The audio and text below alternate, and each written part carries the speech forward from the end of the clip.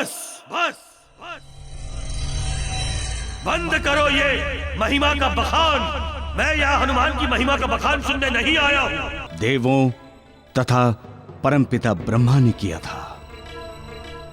हम उन्हें उनसे उनके उस मार्ग से विचलित होने के लिए नहीं कह सकते,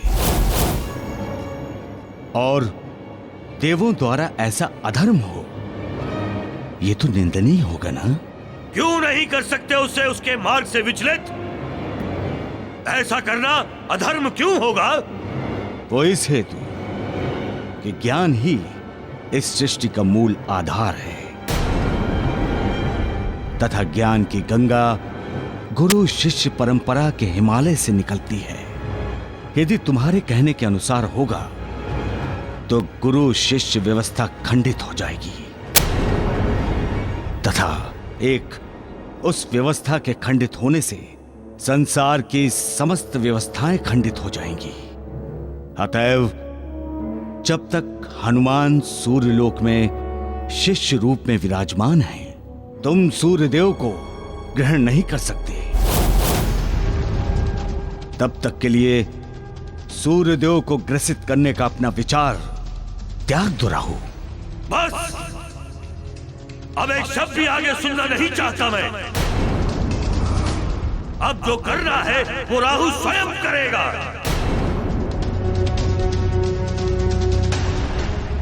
एक हनुमान के कारण मैं अपने अधिकारों का हनन नहीं होने दूंगा, कभी नहीं होने दूंगा।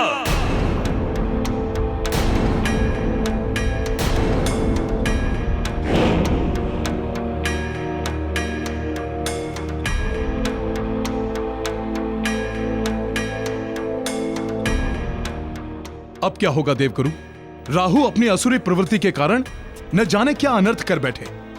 इंद्रदेव, आप चिंतित ना हो।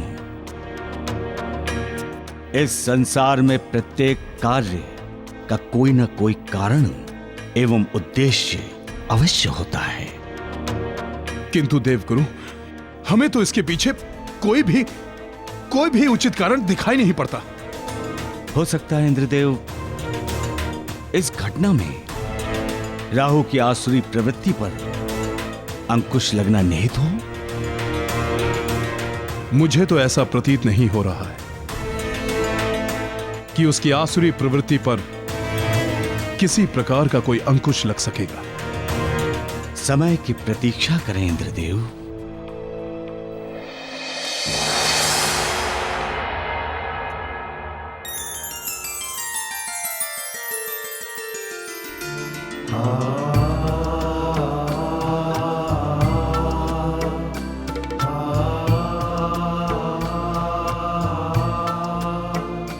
ये क्या माता, आपकी आंखों में आंसू? क्या मुझसे कोई भूल हो गई है? नहीं पुत्र, तुमसे और भूल ऐसा तो स्वप्न में भी नहीं सोच सकती। फिर इन आंसुओं का कारण? प्रसन्नता पुत्र, प्रसन्नता। ये हर्ष के अश्रु हैं, एक पत्नी के, एक माता के हर्ष के अश्रु। आज से तू मात्र मेरा पुत्र ही नहीं, अभी तो मेरे पति के जीवन का रक्षक भी बन गया है। मैं तुझे शब्दों में नहीं बता सकती पुत्र कि तूने मुझे कितनी असहनीय पीड़ा से मुक्ति दिलाई है। अतीत के उस स्मरण मात्र से ही मेरा रोम रोम सिहर उठता है। एक स्त्री की वेदना, एक स्त्री का दुख तुम नहीं समझ सकते पुत्र। जब जब राहु सूर्यदेव का ग्रहण करने आता था, मैं असहनीय यातना से तड़प उठती थी। कोई स्त्री, संसार में कोई स्त्री अपने पति को यातना में कैसे देख सकती है? किंतु मैं वो यातना देखती थी, सहती थी, भोगती थी। ऐसा प्रतीत होता था मानो मैं अभिशप्त हूँ।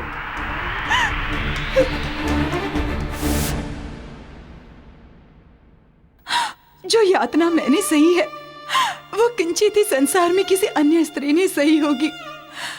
राहु से सूर्यदेव की रक्षा करके तुमने मुझे उस असहनीय वेदना से मुक्ति दिला दी है पुत्र।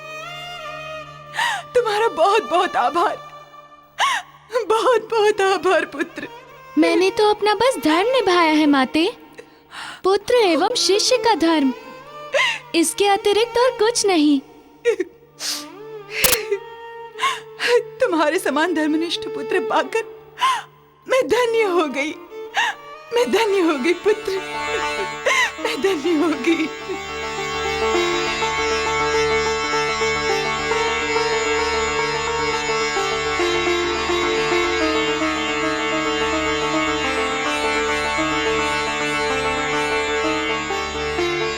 आप चिंता ना करें, मेरे रहते मेरे गुरुदेव सूर्यदेव पर किसी भी प्रकार का संकट नहीं आएगा।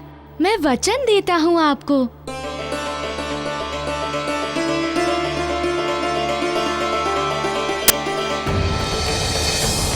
देवी संज्ञा के दुख का उपाय तो मेरे पास भी नहीं था हनुमान, किंतु आज जो तुमने देवी संज्ञा के लिए किया है उसके कारण मैं सदा सदा के लिए तुम्हारा ऋणी हो गया। मैं तुम्हें वरदान देता हूं कि जो भी तुमसे प्रेम करेगा उस पर सदैव मेरी कृपा रहेगी, सदैव। ऐसे में तुमने क्या सोचा? मेरे विचार से तो इस प्रकार हमारा वर्चस्व ही समाप्त हो जाएगा। आज उसने सूर्य ग्रहण से रोका है, कल चंद्र ग्रहण से रोकेगा। यदि ऐसी स्थिति रही तो हमारी शक्ति ही समाप्त हो जाएगी। यही ग्रहण तो हमारी शक्ति का स्रोत है तथा देवताओं के भय का कारण भी। इस प्रकार तो देवलोक से हमारी सत्ता ही समाप्त हो जाएगी। राहु, कदापि नहीं केतु, कदापि नहीं।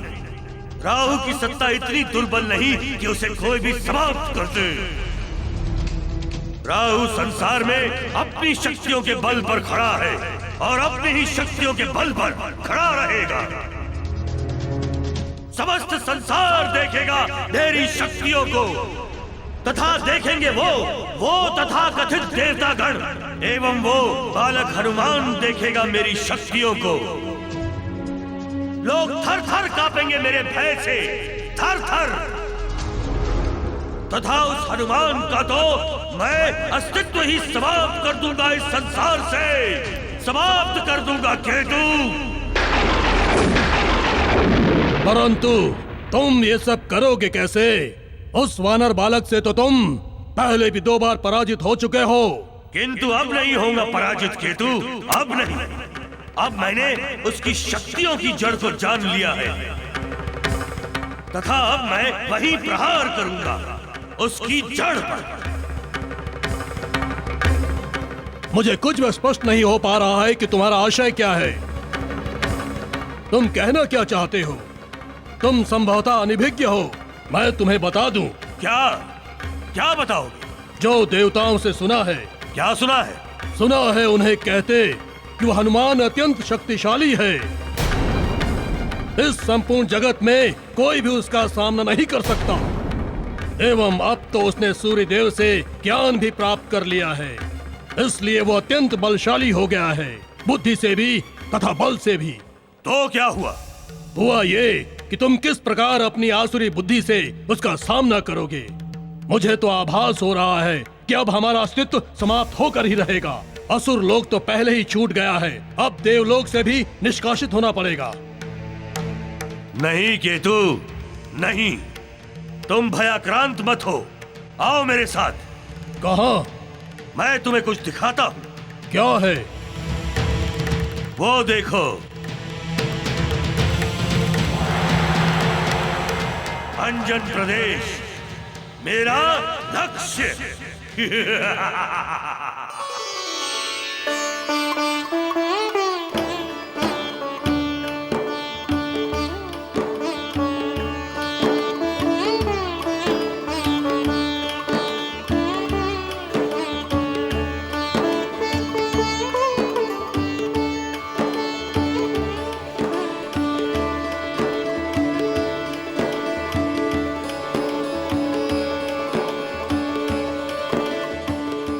सौभाग्यवती भवा देवी। देवी अंजना, हम जिज्ञासावश आपसे एक प्रश्न पूछ सकते हैं? पूछिए महाराज। हम जब भी महल से बाहर जाते हैं तो आप हमारी आरती क्यों करती हैं? इसका उत्तर तो सरल है महाराज। जब आप बाहर जाएं तो आप पर किसी की बुरी दृष्टि का प्रभाव ना पड़े, इसीलिए। अभी तुमने बुरी दृष्टि देखी कहाँ है अंजना? बुरी दृष्टि कैसी होती है, क्या होती है, उसका प्रभाव क्या होता है, ये तो तुम अब देखोगी। राहु कराएगा तुम्हारा बुरी दृष्टि से साक्षात्कार। देवी अंजना, हम राज्य से बाहर नहीं जा रहे हैं, वो तो सदा की भांति हम सीमा अवलोकन हेतु जा रहे हैं। किंतु जा तो रहे हैं ना।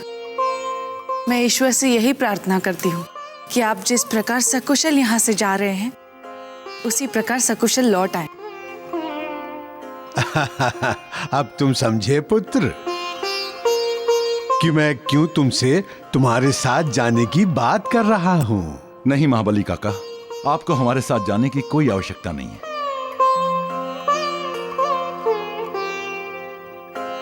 आप यहीं रहकर हमारे राज्य के पड़े अधूरे कार्य को पूर्ण कीजिए।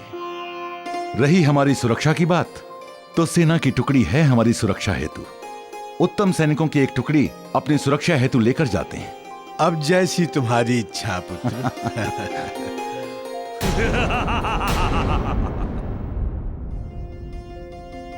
देवी अंजना, आप अपना ध्यान रखिएगा, मैं शीघ्र ही लौट आऊंगा। मैं आपकी प्रतीक्षा करूंगी।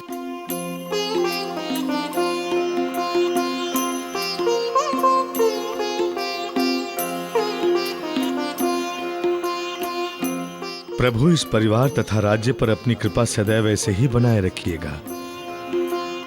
इस परिवार तथा राज्य पर कभी संकट का बादल ना मंडराए। इस परिवार तथा राज्य को सदा ऐसे ही प्रसन्न रखना प्रभु, कभी किसी की बुरी दृष्टि ना लगने देना।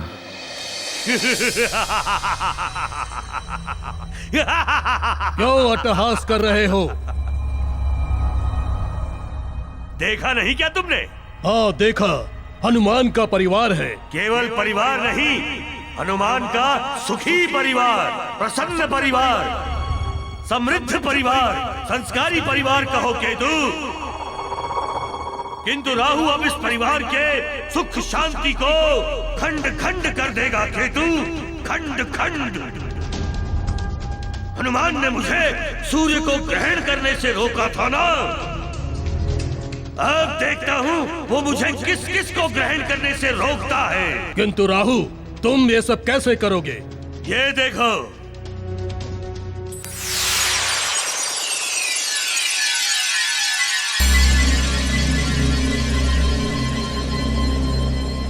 हाँ देख रहा हूँ। किसकी है? ये केसरी की कुंडली है केतु। क्या विशेष है? विशेष? ये देखो, यहाँ द्वादश भाव में मैं बैठा हूँ।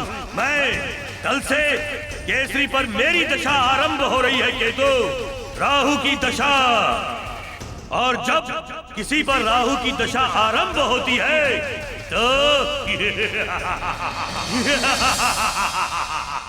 पुत्र हनुमान, मुझे अत्यंत प्रसन्नता है कि तुमने अल्प अवधि में ही अत्यधिक ज्ञान अर्जित एवं संग्रहित कर लिया है। अब तुम्हारा अष्ट सिद्धियों का ज्ञान प्राप्त करने का समय आ गया है। मैं तैयार हूँ गुरुदेव। किंतु अष्ट सिद्धियों का ज्ञान तुम्हें यहाँ सूर्यलोक में नहीं प्राप्त होगा। तब कहाँ होगा गुरुदेव? उस ज्ञान को प्राप्त करने के लिए तुम्हें लक्ष्मी लोक जाना होगा। लक्ष्मी लोक? हाँ पुत्र, लक्ष्मी लोक। परंतु वहाँ क्यों? वहाँ इसलिए क्योंकि अष्ट सिद्धियों का वास वहीं पर है। ये अष्ट सिद्धियाँ हैं क्या गुरुदेव? इन्हें प्राप्त करने से क्या लाभ होता है? विस्तार से मुझे बताइए ना गुरुदेव। हनुमान, ये अष्ट सिद्धियां हैं अणिमा, महिमा, लदिमा, प्राप्ति, पाक्टय, वशिता, इशिता तथा प्राक्मय। इनकी सिद्धि से लाभ गुरुदेव? बताता हूं। अणिमा, अणिमा सिद्धि की प्राप्ति से साधक को संसार की दुर्लभ से दुर्लभ वस्तु की प्राप्ति हो सकती है। महिमा के प्रभाव से साधक अपने मन को ईश्वर में स्थापित कर सकने में सक्षम हो जाता है।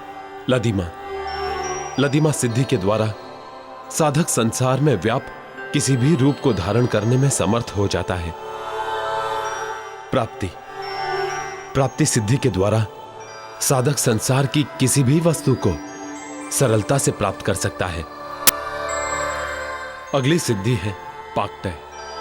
इसे प्राप्त करने के पश्चात साधक लौकिक तथा पारलौकिक समस्त पदार्थों का सुख प्राप्त कर सकता है। तथा केवल इतना ही नहीं हनुमान, इसकी एक विशेषता यह भी है कि इस सिद्धि के द्वारा साधक स्वयं को कहीं भी सशरीर प्रकट तथा लुप्त भी कर सकता है। वशिता सिद्धि प्राप्त करने के पश्चात साधक की आसक्ति विषयों विकारों से पूर्ण रूपेण हट जाती है। इशिता, जबकि इशिता सिद्धि के द्वारा साधक संसार में किसी को भी सुख प्रदान कर सकता है तथा किसी का भी दुख हर सकता है। तथा इस क्रम की अंतिम सिद्धि है प्राक्तमय। इसे सिद्ध करते ही साधक जन्म मरण के बंधनों से मुक्त हो जाता है। ये तो अत्यंत ही लाभकारी सिद्धियां है गुरुदेव। हाँ पुत्र, तथा इनमें एक विशेष गुण और भी है। वो क्या गुरुदेव? इन समस्त सिद्धियों की प्राप्ति मात्र से ही साधक संपूर्ण देवत्व को प्राप्त हो जाता है। अच्छा? हाँ पुत्र, क्योंकि इन सिद्धियों को सिद्ध करना किसी साधारण मनुष्य के वश का नहीं है। क्यों गुरुदेव? साधारण मनुष्य के वश में क्यों नहीं है इन सिद्धियों को सिद्ध करना? क्योंकि इन सिद्धियों को सिद्ध करने के लिए ज्ञान, धैर्य, श्रद्धा एवं निष्ठा की आवश्यकता होती है। मैंने तुम्हें जितना भी ज्ञान प्रदान किया है वो समस्त ज्ञान अब तुम्हारे इन अष्ट सिद्धियों को सिद्ध करने में काम आएगा। तथा मुझे पूर्णता विश्वास है हनुमान कि तुम इन सिद्धियों को सफलता पूर्वक सिद्ध कर लोगे। आपका आशीर्वाद मेरे साथ है गुरुदेव। इन सिद्धियों को मैं अवश्य प्राप्त कर लूंगा। कल्याण हो हनुमान। अब तुम्हें शीघ्र ही लक्ष्मी लोक पहुंचना है। जो आज्ञा गुरुदेव। कल्याण हो हनुमान। जय बजरंगी